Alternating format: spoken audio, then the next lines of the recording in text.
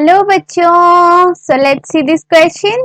The question says कि in the hierarchy of the classification, which grouping will have the smallest number of the organism with maximum common characteristics? ये हमें पहला चीज पूछ रहा है.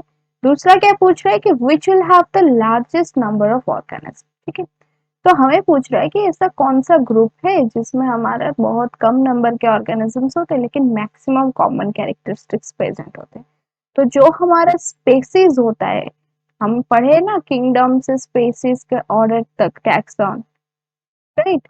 तो जो हमारा स्पेसीज होता है उसमें क्या सबसे कम ऑर्गेनिज्म होते हैं, लेकिन उसमें जो भी ऑर्गेनिज्म होते हैं उनके पास जो कैरेक्टरिस्टिक्स होते हैं वो बहुत ज्यादा ही कॉमन होते हैं.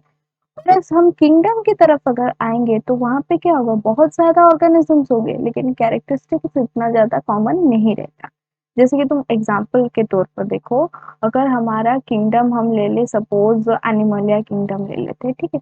जो एनिमलिया किंगडम है उसका अगर हम कोई भी स्पेशीज लेते हैं, सपोज हमारा जो ह्यूमन का स्पेशीज लेते हैं, तो अगर ह्यूमन का स्पेशीज देखे तो उसमें हमारा क्या होगा, जो होमोसापियंस स्पेशीज है, तो होमोसापियंस में क्या हो गया, हम जितने भी ह्यूमंस है उनमें तो बहुत सारे कॉमन कैरेक्टरिस्टिक्स है और बहुत कम ऑर्गेनिजम्स भी है. लेकिन एनिमलिया में क्या होगा कि कीड़े मकोड़े सब कोई जाएगा, तो उसमें तो बहुत ज्यादा नंबर के ऑर्गेनिजम्स हो गए. तो एग्जैक्टली वही चीज पूछ रहा है. तो हमारा जो स्पेशीज होगा, species will have the smallest number of organism, will have the smallest number of organism. ठीक है, तो इसमें स्मॉलेस्ट नंबर के ऑर्गेनिजम्स होंगे लेकिन जो कैरेक्टरिस्टिक्स होंगे वो मैक्सिमम कॉमन होंगे, विथ मैक्सिमम कॉमन कैरेक्टरिस्टिक्स.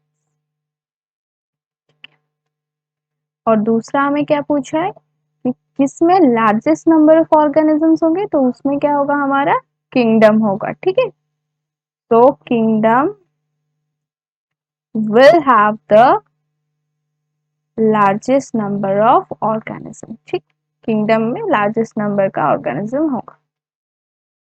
ये हो गया largest number of organism. So I hope you understand this answer. Thank you.